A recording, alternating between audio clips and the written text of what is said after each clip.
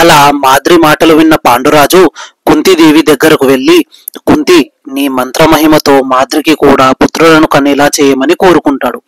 భర్త కోరిక మేరకు కుంతీదేవి సకల లోక కళ్యాణ కారకులైన అశ్విని దేవతలను ప్రార్థించి వాళ్ళ కారణంగా మాద్రికి గర్భం ధరించేలా చేసింది.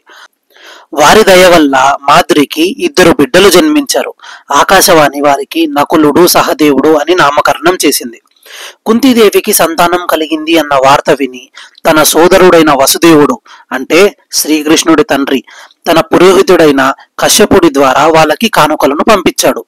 ఇంతలో శరదృతువు వచ్చింది. అలా ఒకరోజు పాండురాజు అలా కుటీరంలో ఉండగా ఆకాశం నుండి చందమామ దిగి వచ్చిందా అన్నట్టుగా మాద్రి తన ముందు కనిపించింది. అలా మాద్రిని చూసి తనను తాను మర్చిపోయి పాండురాజు మునిపెట్టిన శాపాన్ని కూడా మర్చిపోయి మాద్రి వద్దని చెప్తున్నా బలవంతంగా ఆమెతో రమించి తన ప్రాణాలు కోల్పోయాడు. ఇదంతా చూసిన మాద్రి ఏం చేయాలో తెలియక పాండురాజు శవాన్ని పట్టుకొని గట్టిగా ఏడ్చింది. ఇంతలో కుంతీదేవి వచ్చి చూస్తుంది ఏమైందా అని. తన భర్త శవం అక్కడే నేల మీద పడి ఉంది. శవం పక్కనే మాద్రి ఏడుస్తూ ఉంటుంది. ఇదంతా చూసి కుంతీదేవికి విషయం అర్థమవుతుంది. అరణ్యంలో ఉన్న మునులు కూడా అక్కడికి వచ్చారు. పాండురాజు శవాన్ని కాల్చడానికి అన్ని ఏర్పాట్లు చేశారు.